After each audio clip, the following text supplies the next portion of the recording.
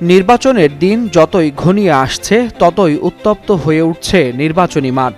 Poster, mic আর মিছিলে সীমাবদ্ধ না থেকে এবার ঢাকা ৮ আসনের নির্বাচন যেন রূপ নিয়েছে কথার যুদ্ধে। ত্রয়োদশ জাতীয় সংসদ নির্বাচনে বহুল আলোচিত এই আসনে মুখোমুখি দুই শক্তিশালী প্রতিদ্বন্দ্বী। বিএনপির প্রবীণ নেতা মির্জা আব্বাস ও জাতীয় নাগরিক পার্টির মুখ্য সমন্বয়ক তরুণ ছাত্রনেতা নাসির উদ্দিন পাটোয়ারি। দুজনের পাল্টাপাল্টি বক্তব্য, অভিযোগ আর কড়া ভাষার লড়াই ইতিমধ্যেই নজর কেড়েছে ভোটারদের। ভবিষ্যৎ হোক নিরাপদ, বিনিয়োগ হোক বিশ্বস্ত, আর আমার পছন্দ সল্ট বে। ওয়েলকাম টু সল্ট বে। নির্বাচনী প্রচারণার উত্তাপ শুধু মঞ্চে নয়, ছড়িয়ে পড়েছে সামাজিক যোগাযোগ মাধ্যমেও। সেই সাথে ঢাকা রিপোর্টার্স ইউনিটির মসজিদের নির্ধারিত স্থানে মাঝখানে পর্দা টানিয়ে দুই প্রার্থীর নির্বাচনী ক্যাম্প বসানোর এই দৃশ্য যেন চলমান দ্বন্দ্বের মধ্যে সহাবস্থানের বার্তা দিচ্ছে।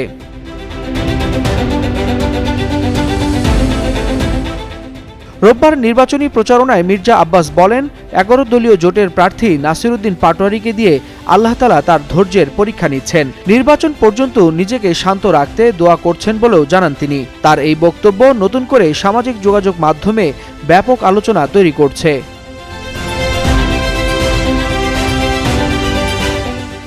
তবে এর কিছুদিন আগে নাসির উদ্দিন পাটোয়ারি আরও কঠোর ভাষায় আক্রমণ করে মির্জা আব্বাসকে কলম্বিয়ার মাদক সম্রাট পাবলো এসকোবারের সঙ্গে তুলনা করেন।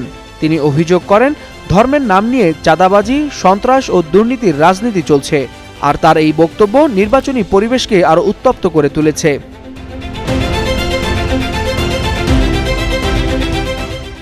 ঢাকা ৮ আসনের প্রধান এই দুই প্রতিদ্বন্দ্বীর বাকযুদ্ধে নতুন মাত্রা যোগ করেছেন যুবদল নেতা রবিউল ইসলাম নয়ন। তিনি মির্জা আব্বাসের প্রচারণায় গিয়ে নাসির উদ্দিন পাটোয়ারির বাসার ঠিকানা খোঁজ করেন, যাতে প্রয়োজনে ভবিষ্যতে সহায়তা পাওয়া যায়।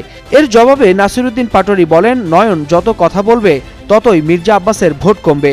এমনকি মির্জা আব্বাসকে নয়নকে সংযত রাখার পরামর্শও দেন তিনি।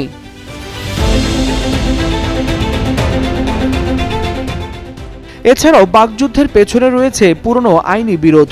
গত বছরের নভেম্বরে যুবদল নেতা নয়নকে চাঁদাবাজ বলায় নাসির উদ্দিনের বিরুদ্ধে মানহানি মামলা হয়।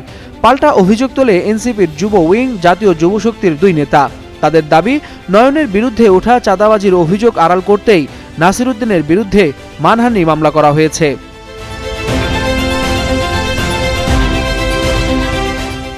ত্রয়োদশ জাতীয় সংসদ নির্বাচনের আর মাত্র ৩ দিন বাকি। শেষ মুহূর্তের প্রচারণায় তাই ঢাকা ৮ শুধু ভোটের হিসাবেই নয়, বক্তব্য আর পাল্টা বক্তব্যের লড়াইয়ে পরিণত হয়েছে সবচেয়ে আলোচিত আসনে। ওয়ালিউল হাসানাত, যুগান্তর নিউজ।